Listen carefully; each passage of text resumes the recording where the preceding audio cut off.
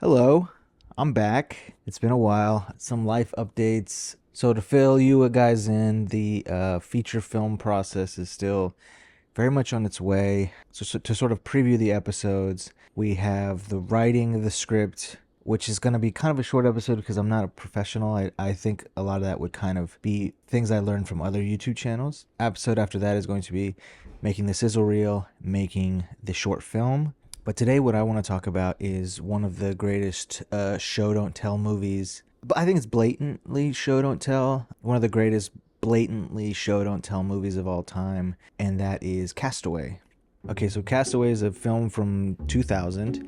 It tells the story of Chuck Noland, who is a fervent follower of time and a loyal employee manager to FedEx, the international shipping company. Plane crashes, he's on an island, yada yada yada. I recently watched this over Christmas. My father-in-law does not like this movie.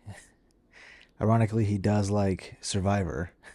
Let me know if you like it in the comments. So for me, Castaway is a masterpiece of visual storytelling. What I loved about that film was that it was so into telling the story visually. They told jokes visually, they told exposition visually, they told conflict between two people visually, internal turmoil was told visually, but the film begins the same place as the ending. It begins on this ranch. On the rewatches, you will notice that they have the wings there and it says Dick and Bettina. That's very important because the filmmakers hold on that. They hold on the wings that are littered all over the ranch. FedEx pulls up. This mysterious person is making another set of wings in the back, and they're there to pick up this FedEx package, and then goes into a completely different world, a European city where we see a man sign for it, and he is in a robe and in this hat, this cowboy hat, and as he takes the box, we learn that he is actually cheating on his wife. It's from my wife, who has sent him this package. The filmmakers take great care to make sure that every word of and every sentence used has a purpose. There's not much said, but with one line, it's from my wife, the filmmakers immediately introduce how little talking this film's going to have. It's going to be all visual. After this, we're introduced to Chuck Noland, played by Tom Hanks, and probably the lengthiest, most talking part of the movie. He is making this grand commitment that this guy loves FedEx, is loyal to time. That's it. We're going to fast forward into the scene where they're exchanging gifts at the tarmac. His about-to-be fiance knows him enough to say, I want to give you this gold watch. He says, I'm always going to keep this on Memphis time, Kelly time. Here we see again, I'm loyal to time, but the reason he's leaving is because he's loyal to FedEx as well. Also, I think this comment came after Scream, so I don't know if this is an Easter egg, but he says, I'll be right back. Never, ever, ever, under any circumstances, say, I'll be right back. Because you won't be back. I'll be right back. So we're just going to fast forward to after the plane crash, because from here we begin a breakdown of Chuck's character. It's all show don't tell. By the time he gets off this island, he will not be loyal to time. He will not be loyal to company. The first thing he does is check the gold watch to see if it still works. He collects the FedEx boxes that are washing up on shore. That's odd. We see other visual, to me, I consider them visual gags of him writing help in the sand with his feet. And then he wakes up in the morning and the tide has washed half of help. So it then cuts to him writing help in wood that can't be washed away. It's a good visual gag that he's like constantly learning the like rules of the island. And as this is going on, he begins to hear thuds and thuds and thuds, but he later finds out that those thuds are also just coconuts falling. We find the coconuts. That begins another idea of how we're going to break into these, and we go into a long visual of like throwing it at a rock, trying to break it open with a boulder, banging it with both hands, trying to crack it. That's not working. After O'Brock shatters that there's like a blade he can make with this sharp rock now broken. So we begin to see him learning and learning, and all of this is visual. It's all played to like water crashing. The first one he cracks, he loses all of the juice. The next one you see him, he really has figured out a way to sort of wedge a hole in there and drink it in a more efficient way. He isn't externally monologuing. We see a failure, we jump cut to attempt number 2. He sees something, we jump cut to a solution. Even little things like the pilot washing up on shore. His feet are hurting because his feet are soft. He takes off his shoe and immediately puts it up to his shoe to see, is it a match? And we find out, no, it's not a match. It's not a match.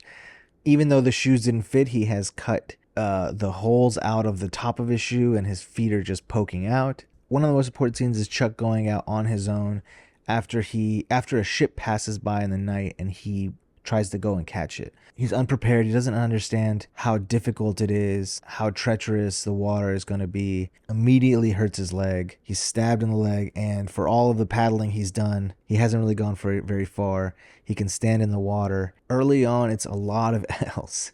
It's a lot of L's for our boy Chuck.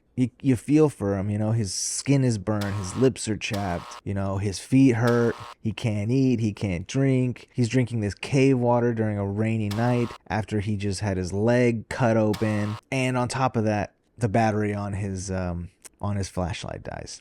So at this point, he is at his lowest, and all this is done visually. After this, I think he begins to get on top of the island a little bit and begins to start to figure it out a little bit more. And he wakes up and there's like a little ray of light. He's begun to break into the boxes, which I think is like the last remnants of him being like, I have to do what it takes now. Because initially he resists opening them because he's so loyal to the company, and as the character breaks down, and that loyalty to FedEx and that loyalty to his old world breaks down, he begins to break into the boxes. He finds a pair of skating blades. He finds, some VHS, some birthday cards, summons for divorce, I think, a dress that has like lace that he's looking up. But then there's the most important thing. There's 2 things. He finds the Wilson volleyball, and then he refuses to open the winged FedEx box. I think if I can be like a film critic, that one represents like his humanity. Like he does not want to sort of give up on that because he sees something of that as a message. I don't know. What do you guys think? Let me know in the comments. We immediately start seeing Chuck put this stuff to work. He's using the blades of the skates to cut fabric, to chop into wood. He uses the shoelaces to wrap and try to heal himself. So he immediately starts using all of these tools to his advantage, which, it's Survivor-like. It's Survivor-like. When did Survivor start? So the next big challenge is fire. Okay, this is introduced over a long period of time. It starts with Chuck sharpening a wooden stick. He uses that stick to catch a crab. He breaks a crab off like he would at Red Lobster, and it's just meat and sludge in there. We immediately smash cut to him trying to figure out a way to make fire. Also another Survivor challenge. So, in this fire making sequence, we see Chuck trying to slice some coconut. And in that, he recognizes, there's friction being made. So he tries to make something similar, hurts his hand, grabs the Wilson ball, firmly throws it, and he's at his breaking point. This is where, fortunately or unfortunately, Wilson becomes realized. This is how Wilson is born. The inanimate object of Wilson, the character, I always just really connected to it. I really thought it was impressive filmmaking that at the end, when, spoiler alert, he goes off to sea and we lose Wilson, it is emotional. I get emotional. Let's put that to the side. Our old pal Wilson is now here. This is when he begins talking to Wilson during this fire-making sequence. And I think the filmmakers needed Wilson because eventually we're going to need to hear Tom Hanks say things out loud, speak to a friend, have a friend, but that friend be inanimate.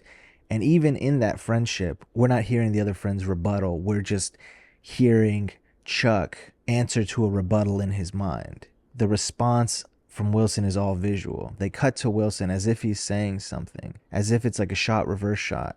So he goes for it again after he's recomposed himself. He begins to get a little bit more friction, a little bit more air, and it's beginning to get more intense, and you get to see really tight shots of Tom Hanks as he's sweating, as he's out in the elements, as water's dripping down from his nose, and then finally, fire.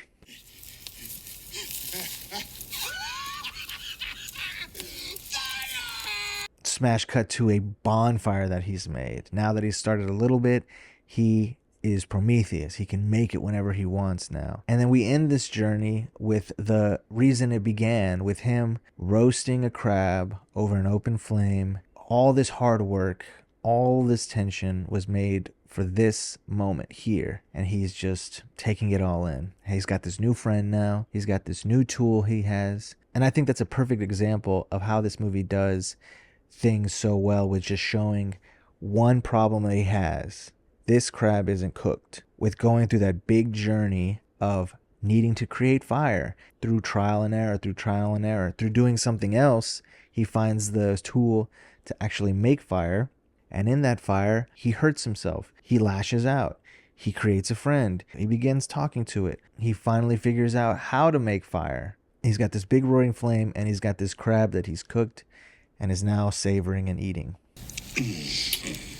Very great. Very great. I love this movie. I love this movie. His going away party, you know, he's got more food than he can even eat. And at one point he picks up this like crab leg, and you see him pick up this like lighter and just, so like you see the crab leg, which is how it started. You see him pick up the lighter, click it, fire, and the like visual of that next to each other compared to the journey he had to go to make that happen. So like it's very blatant, a lot of these, you know, show don't tell things, but even in their blatantness, I think that takes a lot of patience and a lot of forethought throughout the entire script. I think the last big show don't tell movement, we get to Chuck in his Jeep arriving at the ranch from the beginning of the film. Now he gets out his car and it pans over from the house over to the entrance, and what do we see? It's just Bettina. Dick has been removed, and that is such a funny little gag that like she's now single. Dick was around, sticking around, and he's been removed from this, but the wings remain, Bettina remains. So that's what I think is one of the greatest show don't tell films of all time, if not the greatest. Tell me if you like Castaway or not. It means a lot that you watch these things and you share them. I'm really just doing this to sort of help me with my public speaking. Hit the like, hit the subscribe, please share, please, you know, put it on our movies, or, you know, send it to your friends or whatever. I think this movie does a lot with very little. They're able to tell small stories of emotion, big stories of journeys, unrequited love, longing, humanity, desperation, all through just like, you know, symbolism, the boxes, the wings, the watch, you know, all of these things mean something in the film. And so I was always impressed with this film, what it was able to do visually. We'll talk to you later. Boop.